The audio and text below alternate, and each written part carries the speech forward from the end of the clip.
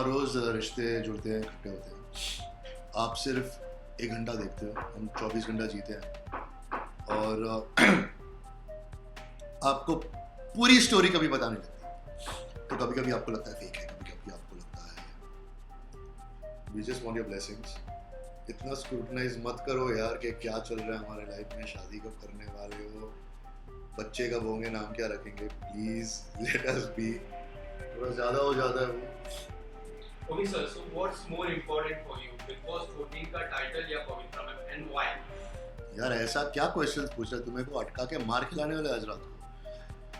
What is more important?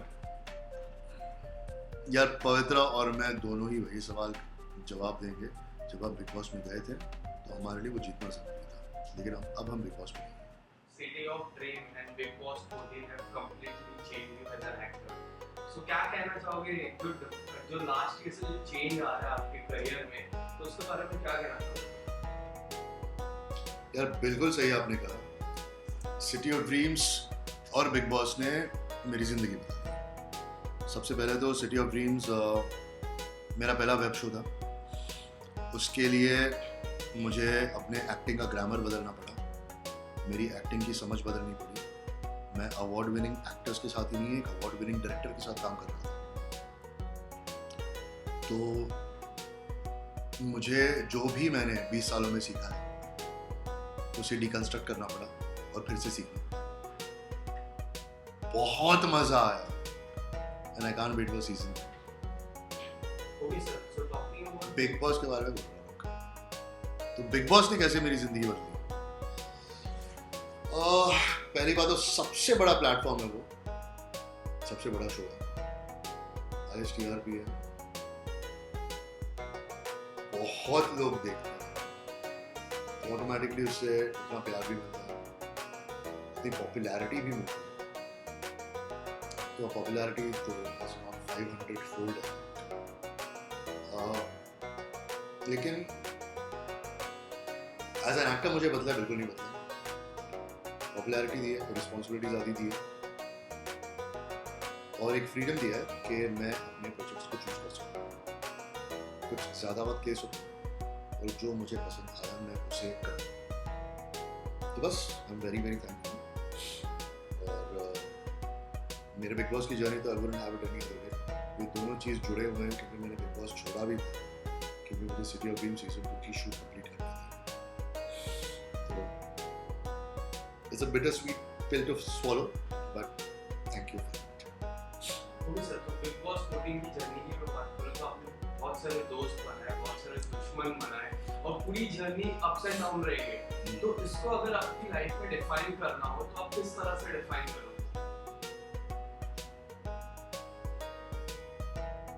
सीख थी बहुत बड़ी। बिग बॉस में यार मैं आपको एक सवाल का एक जवाब नहीं दे सकता। सुबह उठने से लेकर रात को सोने तक आपको समझ में आता है कि आप किस मिट्टी के बने हो।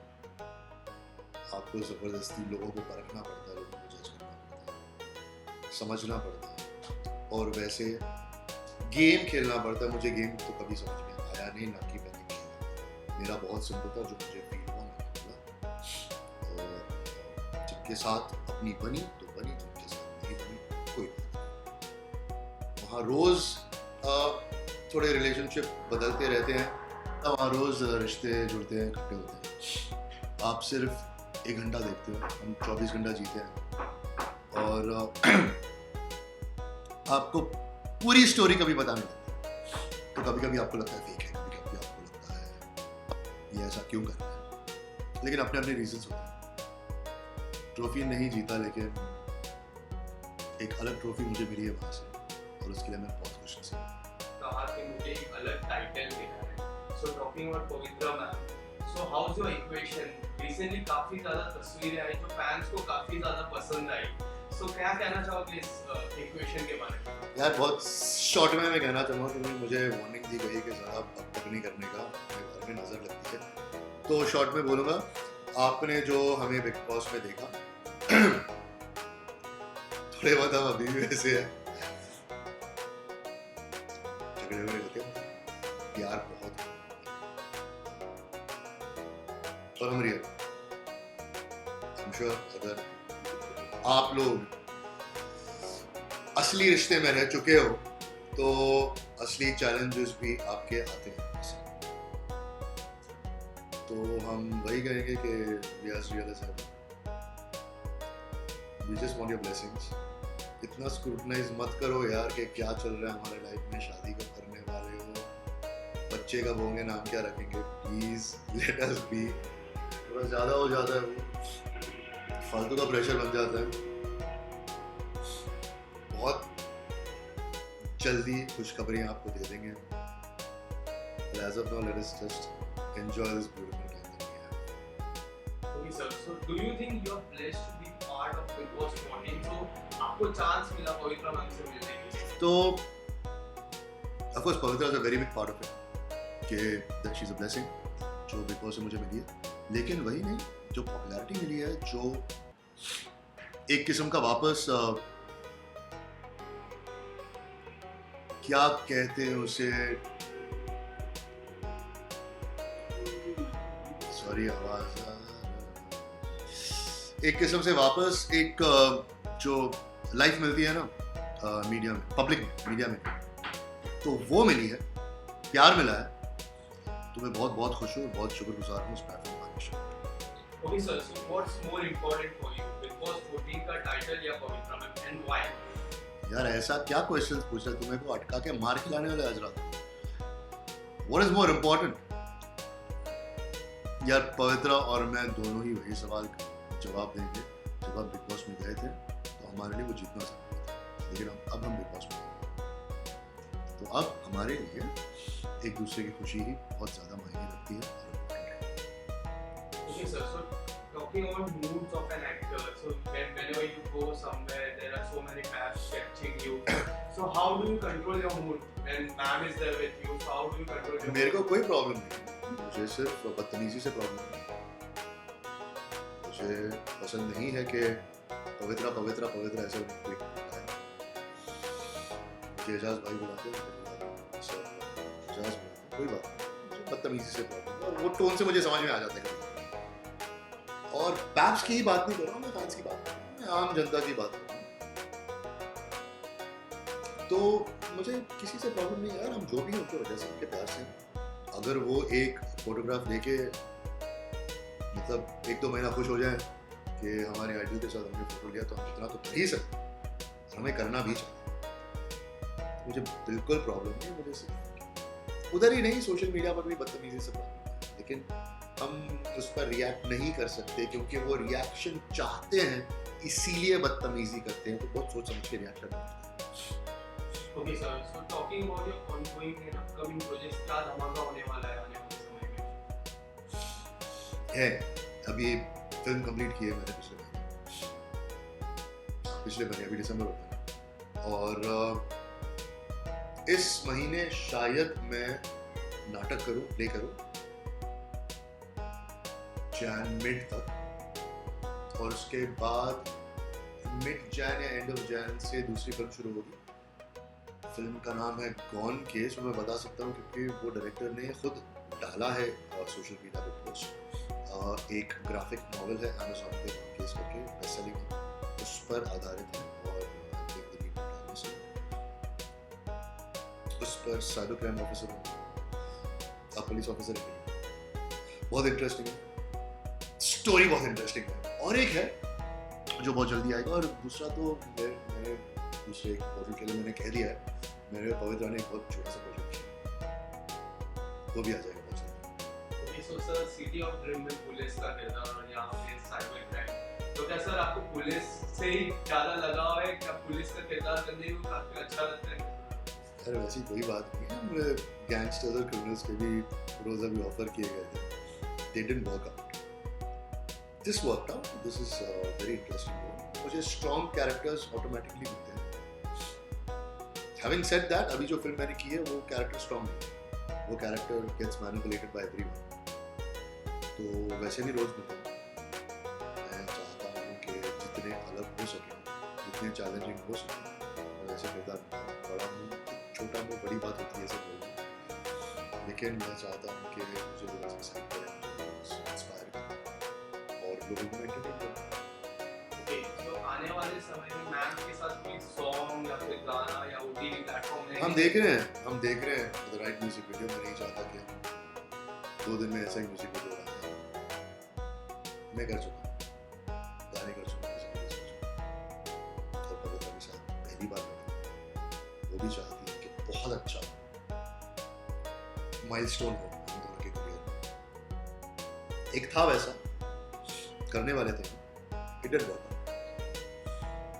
तो एक तो और लोगों से बात हो रही है, लेकिन अभी तो हॉलिडे सीजन आ गया, शायद हम जैन में कुछ करें बहुत जल्दी। एक वेब शो भी है।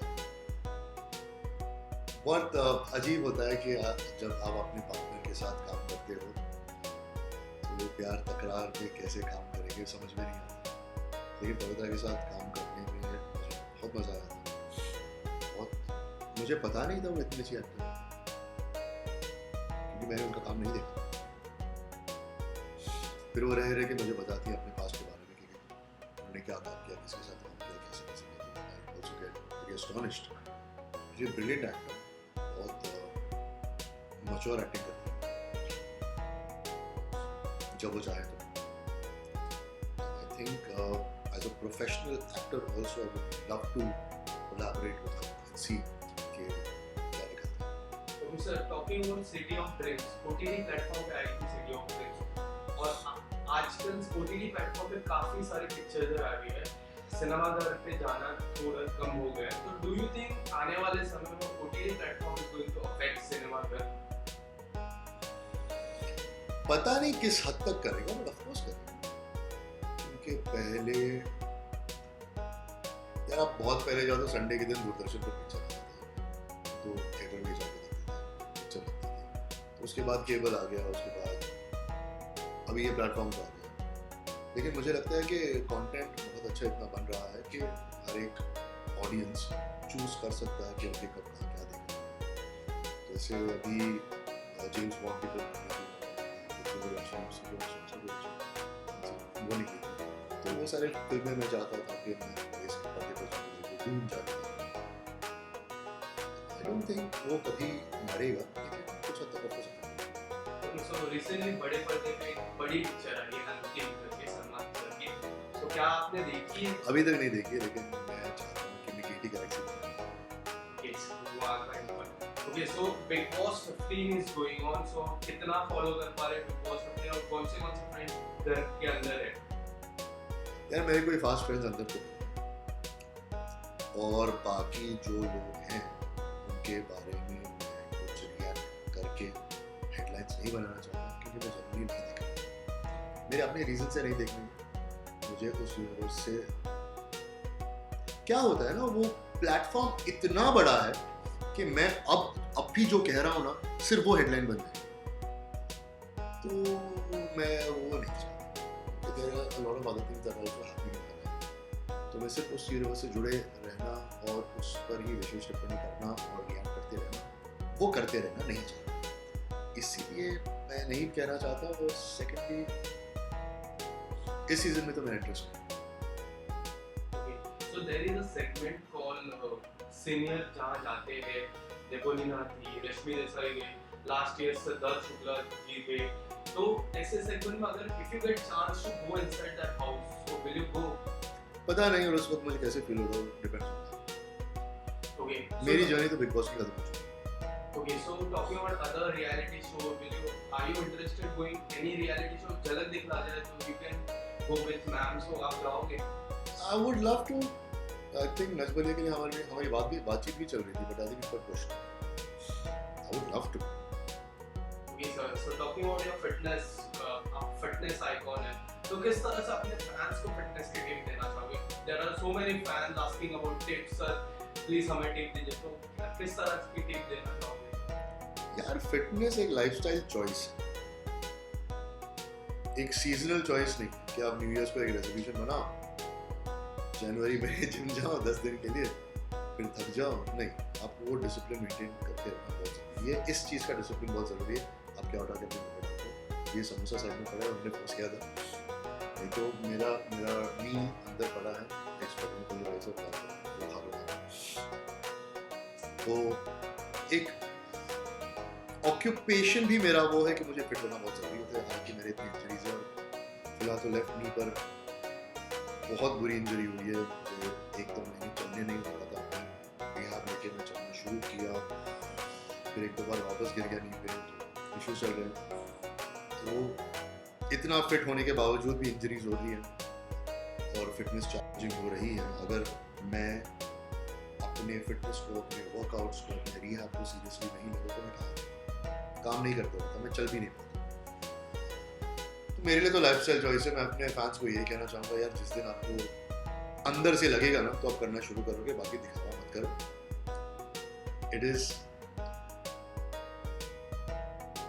बहुत ज़रूरी है आप डिसिप्लिन मेंटेन करो। मैं अभी एक दूसरे इंटरव्यू में बता रहा था कि मैं सुबह सुबह उठता हूँ रनिंग में, सबसे पहले my discipline starts from there. ये नहीं कि मैं अल्ट्रा डिसिप्लिन आदमी हूँ, सब कुछ मेरे ज़िंदगी में डिसिप्लिन के मुताबिक चलता है। मैं चूज़ नहीं करता, कुछ चीज़ें मुझे करनी है। जैसे मैं अपने डिसिप्लिन को बरकरार रखते हुए रात में नमाज पढ़ना ही शुरू करता हूँ, उससे मुझे बहुत सुकून मिलता है। उससे मुझे लगता है कि मैं अपने दिन के गुनाहों को थोड़ा साफ किया।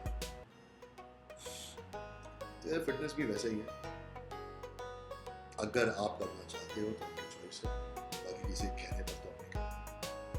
जी सर, सो लास्टली अपने फैंस को क्या कहना चाहोगे? Small message. मैं बस थैंक यू कहना चाहूँगा, बहुत बहुत शुक्रगुजार हूँ। आप मेरी ज़िंदगी मेरे साथ जी रहे हैं। मैं अपनी ज़िंदगी 24 घंटे आपको नहीं दर्शा सकता, इसलिए मैं माफ़ी चाहता हूँ, लेकिन कोशिश करूँगा अपनी इज्जत को हमेशा बुलंदियों पर रखूं और अच्छा काम करके I keep making you proud of me as much as you. Thank you so much sir. मैं